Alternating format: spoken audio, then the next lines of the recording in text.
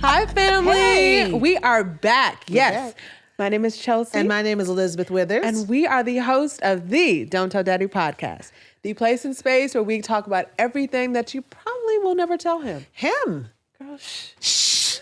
Pinky promise. Wait, but when Oh. we say pinky, they say. When we say pinky, you say. Promise. So if I say pinky, you got it now. Right. Okay, they're catching on. They got it.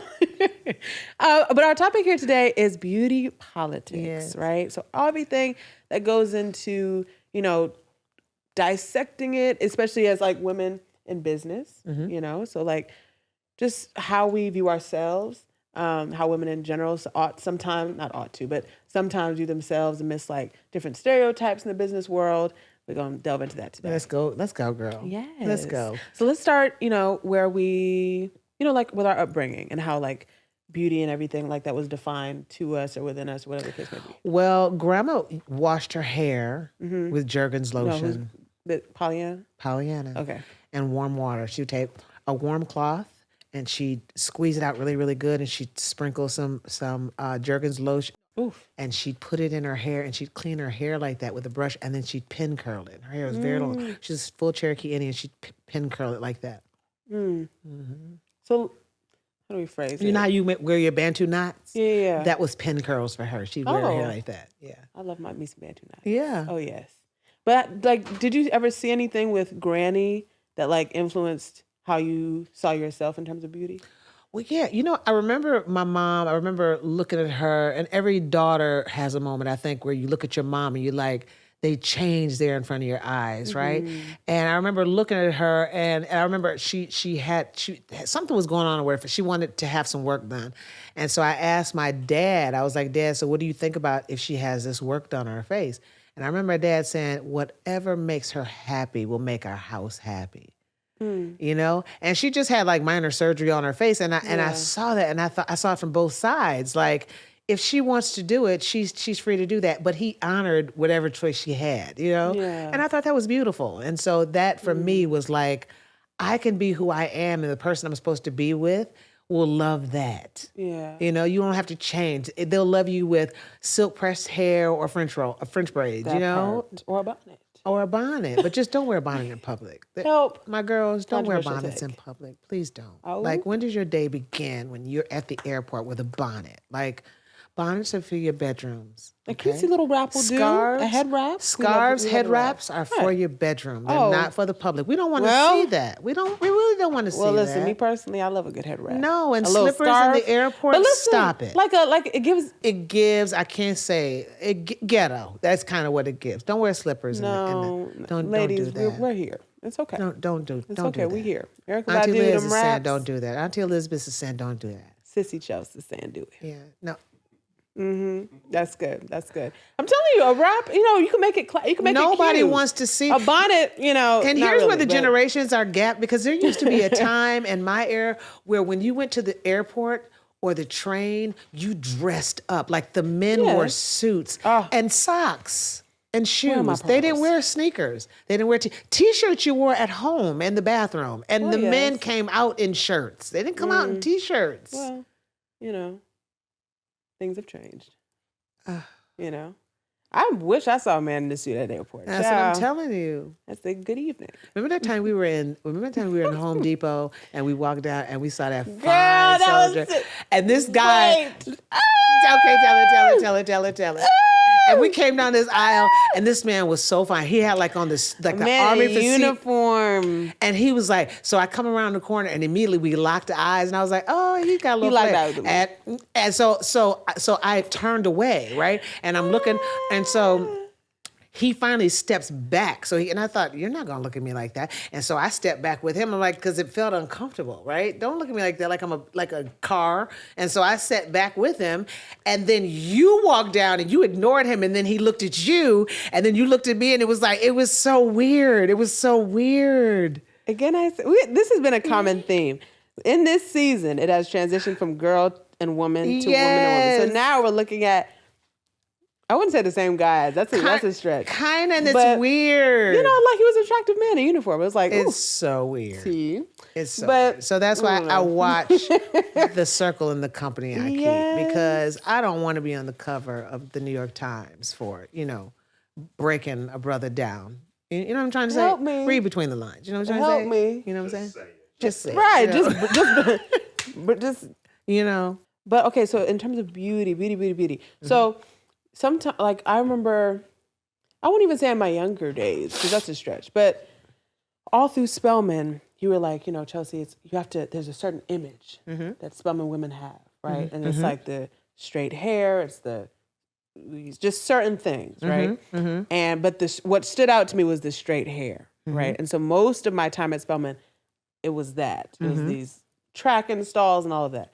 So it's like, I guess, what are your thoughts on women in that space and even outside of that space, like in business or certain other spaces, like kind of stepping outside of that? I'll put it like this. When you go to church, do you wear a bikini? No. And stilettos? No. Okay. And if you go to a bar mitzvah or a bat mitzvah, do you wear all black and butka with the eyes covered? No. Okay, there's a certain way that you're supposed to dress when you go to work. And for the Spelman girls or people that, not even Spelman girls, college students that are getting ready to go out into the work world, you dress appropriate because of the work. You look at the environment, you read the room, and it's not about kowtowing to whatever it is, but it's about reading the room. And if you want to be in this room, you kind of you don't assimilate. But you read the room and you address that room accordingly. You know what I mean? You always want to be your authentic self, but you read the room because you don't want to be judged before you open your mouth. You could bring so much intelligence, but if a room is not calling what you're bringing, you could stop an opportunity. Does that make sense? Yeah. So it's not so much that straight hair. It's just what you see come out of there, personally, and what I've seen. And I think a really good example of that, to illustrate that even further, is like First Lady Michelle Obama. Yeah. Right? So during First Lady Michelle Obama's 10 years serving as First Lady, like all we saw were blowouts, silk presses, and then literally as soon as she left office, then we started seeing her embrace her natural hair. And I think that's another good example that just illustrates your point earlier. So when you enter a room, do you ever feel like they're more interested in your beauty than your intelligence? So you ever feel like that? When you were working with Rep Bruce? Oh, no, he cherished my intelligence for sure. And I felt that. In a space where I felt, oh goodness. What about when you worked with the mayor in Florida? No, that was respect to my intelligence. But I think one space did make me feel like my appearance mattered more so than my intelligence. That was not, something I appreciated. But it largely just manifested through, them like pushing certain things on me. Like, when we were all at the, I think we were like getting drinks or something. I don't know. But like, you let them buy you a drink. They said they want to buy you a drink. You tell them what drink you want. And what drink do you want when you go out? Shirley Temple. Or water. And you get that. Yeah. Or if you don't want to feel kind of awkward because everybody's having a cocktail, you could get, you can get salsa and a twist of lime. With a splash of cranberry and hold that all night. It looks like a cocktail, but it's not. But you do not have to kowtow to a room. You know that. I do, but is it even possible to like switch that vibe with a person if they're already convinced or like kind of taken by your beauty or something like that and not even really considering your intelligence? Take it in. If they're taken by your beauty, be taken. But when I say be taken, understand the context. If someone is admiring your beauty, it's to be admired. I'm looking at this tree here with pines and it's that's beautiful. It doesn't mean I have to take that home with me. It doesn't mean I have to buy that. That's beautiful. And next. And that's where it starts and that's where it ends. So if they want to buy you a drink, they buy the drink that you want. And if they want to buy you champagne, I don't do that. I don't want that. And if they respect you, they'll say, okay. And if they don't, they'll insist. And then you know what you're dealing with. Yeah. But I think, okay, so, and I embrace that. But for some of the young women in, not even, I won't even say in business, but just navigating their early stages of their careers. I tell you this all the time, even in contracts. Let them admire your beauty, but know what you want. You steer that. And you steer that with your what? Intelligence. You don't steer that with just your beauty. You steer that with your intelligence. You get crafty. You know how to do that. Well, I do, but I know some of the, But a lot of girls think they gotta like play a game to get that. You don't have to play a game. Just be you. Just I want a cranberry. I want a Shirley Temple, or I just want a Sprite with a twist of lime. Okay. And the truth be told, most people respect that anyway. More so than Agreed. I mean, I'll have my wine when I'm when I'm in a space that I can control. Right. I'll have my whatever when I'm in a space I can control. But when I'm at work, you can't do that. When I'm working on a show, I can't do that. Right. Yeah. There's time and place for certain Time things. and place, right? Yeah. Okay. So that's like in the business sphere, the beauty politics of like, your career and And such. knowing what to wear, Yeah. knowing what to wear, because you might look in the mirror before you leave and go, "Ooh, this makes my thighs look good. This makes my legs look good. Ooh, it just, it makes me feel." But it may not be appropriate for the office. Yes. And then women show up at the office, and then they wonder why people are flirting. And they go, "Oh, you offended me." No, you're offending yourself because The office vixen. because you knew it's like you're not gonna wear a bathing suit to church. You don't wear that to the office. You just don't. And you're not kowtowing to anybody. You're just reading the room. That's what I think. And I think sometimes, and I won't generalize and say my generation, but I think some people within my generation make the assumption or have the perspective where it's like, I want to be authentic wherever I go. And it's like, yes, that is very, very important. It is important to And embrace who authenticity you are. is very important. Yes, Yeah. period, but comma, right? It's like you said, it's time and place. And it's also a matter of, just knowing to what extent you can be. And you don't want to be authentic. judged before you open your mouth. Yeah. And it's like, you can, there was this one lady that I saw on TikTok. It's like, when I say to what extent, you wouldn't show, certain things at work. It's just, is what it is. But if you have a certain pattern that you like, or whatever, you can insert those certain elements into what you wear and what you do. You don't have to, go all out in these different spaces that would limit that, Right, yeah. So let's just say you can still be authentic to who you are, but just not to that broad of an extent. And to piggyback on that, this is why I'm constantly checking in with you, because the industry that we're in right now, it puts so much emphasis on the aesthetics. It does, and but what's going on in your heart? Like, what's going on in your head? How are you processing certain things? And I think that a lot of times girls look for guys to feel maybe, am I beautiful? I mean, social media is made of that. If you click like, that means I'm likable. If you click love, that means I'm lovable. But that's not real. That's not true. Yeah. So, but when you know yourself, you can constantly check in with your number one star player. That's then you don't depend on those stars and those likes. You know what I mean? Yeah. But you constantly walk in your authentic self. You have to constantly do that. I encourage that. Right. But you still, that's just what I think. Yeah, what is that? Moderation. Moderation. Yes. Yeah. There's time and place. Yeah. You can still be authentic, but just to a certain level. To a certain level. To a certain level in certain spaces. Until you own that space. And speaking of fashion, remember a time I think we were living in Jersey or something, and you had you wanted to get dressed and you wanted to wear my heels. And you put all those barrettes in your hair.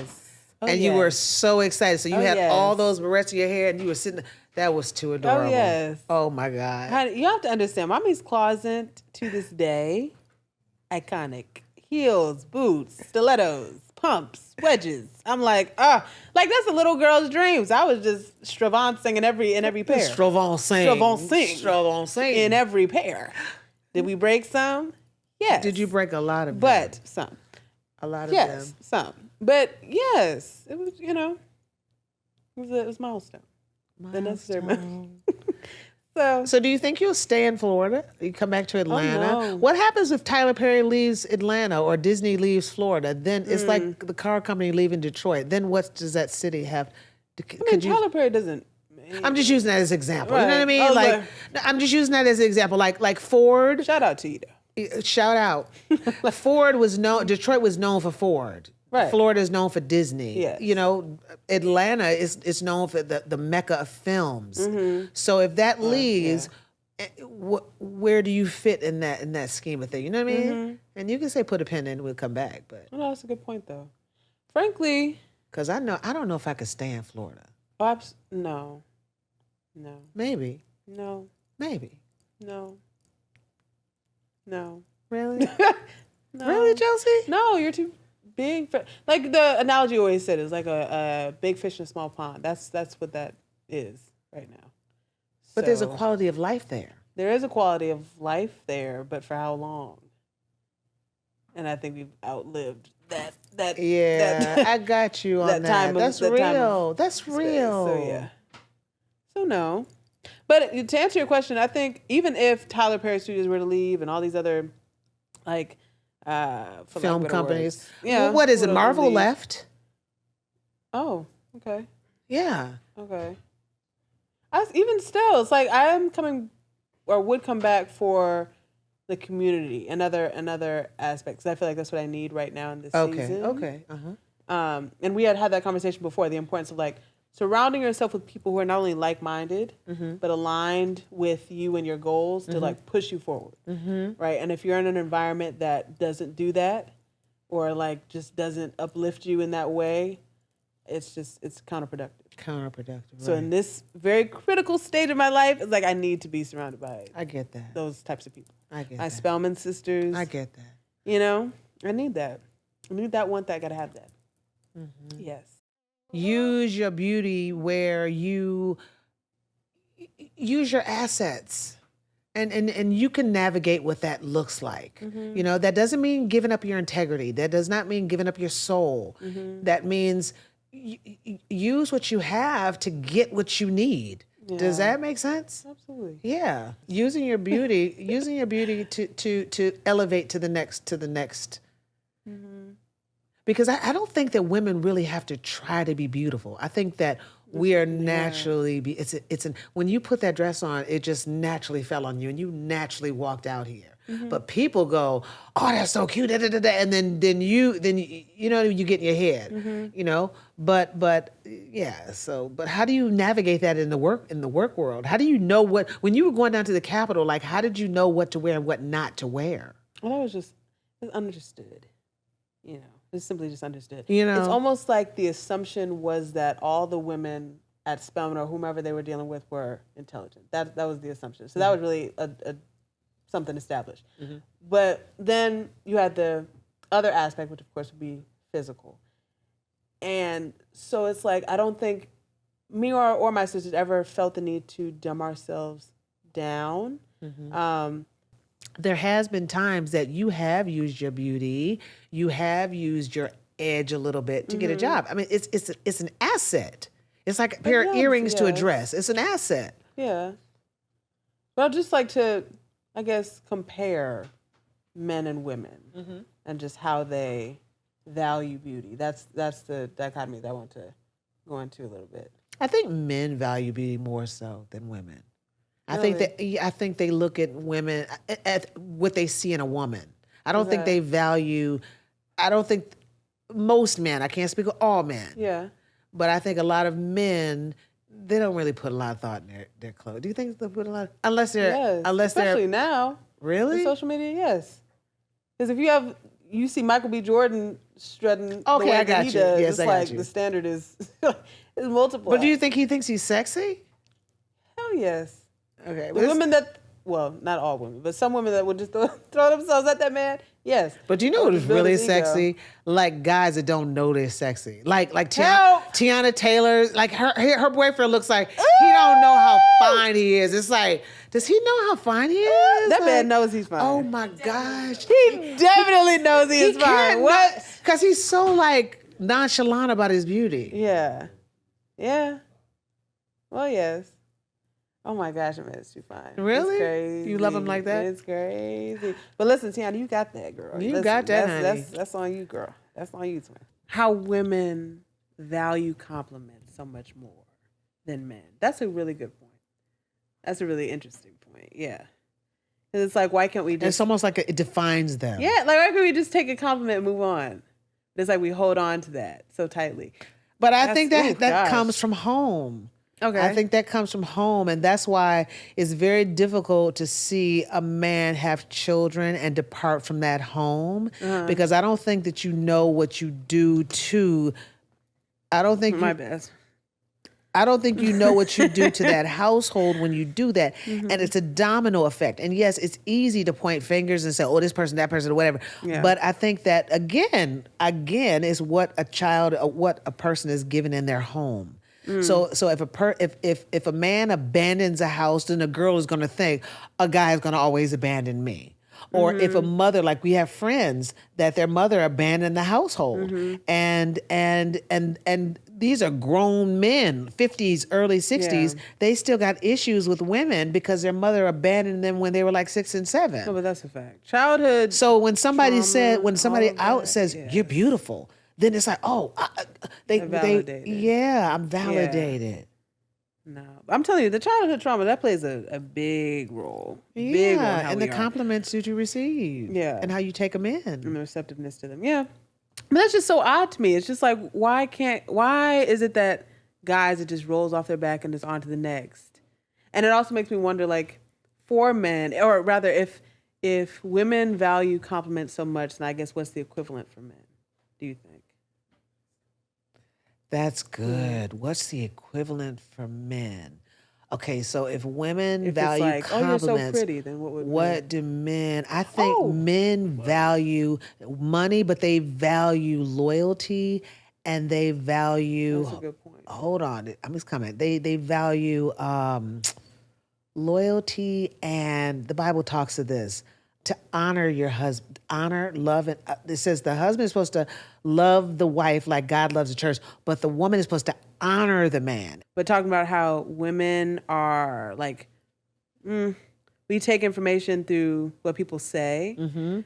Guys more so, it's like, if I'm not mistaken, actions are what they see. I think it's what they see. But yeah, I think that kind of ties into it. It's like, which is such a problem, I think, with our gender. But it's just like, we just need to put less weight on compliments. Just let it roll off your back, accept it, thank you, move on. First thing. Secondly, it's just when you're interacting with people, whether it be romantic or even like in the professional space, like just making sure that whatever they say is just backed with action, right? So like, whether it's a guy that's courting you, I love you, I miss you, blah, blah. Okay, but you're not here when I need you. You know what I'm saying? That's good. That's good, Chelsea. In the workplace, it's like if you have because we've talked about this too. But people who are just smiling in your face as you're interviewing and like, oh, we're so impressed by you. Don't take that for face value. You know what I'm saying? It's like, don't just take that and run off with it. It's like you haven't gotten that offer letter yet. So what value does it really have? So I think we can learn from guys in that regard, kind of switch it. Yeah. And I think guys could also get a little bit of some interpersonal soft skills, some lessons in that by learning from women. So you both need it. You need each other. We need each other, guys. Yeah. Come together, please. Come together. So with that being said, I think we touched on a lot of good points. We touched on a lot of good points. You know, these are going to be some amazing episodes, and we're already working on. Girl, this is season 1, and we already working on season 2. Girl, let's wrap it up. Yes, when I say Pinky, you say. We just see. When I say Pinky, you say. Promise. There we go. They know it now. Well, yes, we are super excited. Season 1 is officially done. Yes. Oh my God, Jesus' name. Mind you, all of our programming, our website is going to be launching in 2026. To those who are still trying to figure out how to subscribe, you want to go to your search browser and type in YouTube. Once there, type in EWMdesk Inc. This will come up. Then it will ask you, would you like to subscribe? It's free. Subscribe. And once we do our next episode, you will be notified. like this evening at 7 p.m. Eastern Standard Time. Don't Tell Daddy podcast. Make sure you call us, 818. The number is there. We've got our email. We've got our website. Incredible. Make sure you reach out to us. We mentor. People ask, how do we do this? We do this through mentoring. We do this through public speaking. We do this through shadowing. And just check out our website. Everything is there. We look forward to you joining us. And you don't necessarily have to be a woman. You can just be you. Just be you. Because everything happens at the desk. Everything. Everything. All the good stuff. Pinky promise. Pinky promise. Bye. Bye. Don't tell Daddy. You should not have. Today's Don't Tell Daddy podcast and all the programming under the EWMdesk Incorporated umbrella was made possible by our generous sponsors, supporters, and creative partners, dedicated team members, and every person who helped bring this vision to life, including the drivers who help us get here safely. Thank you.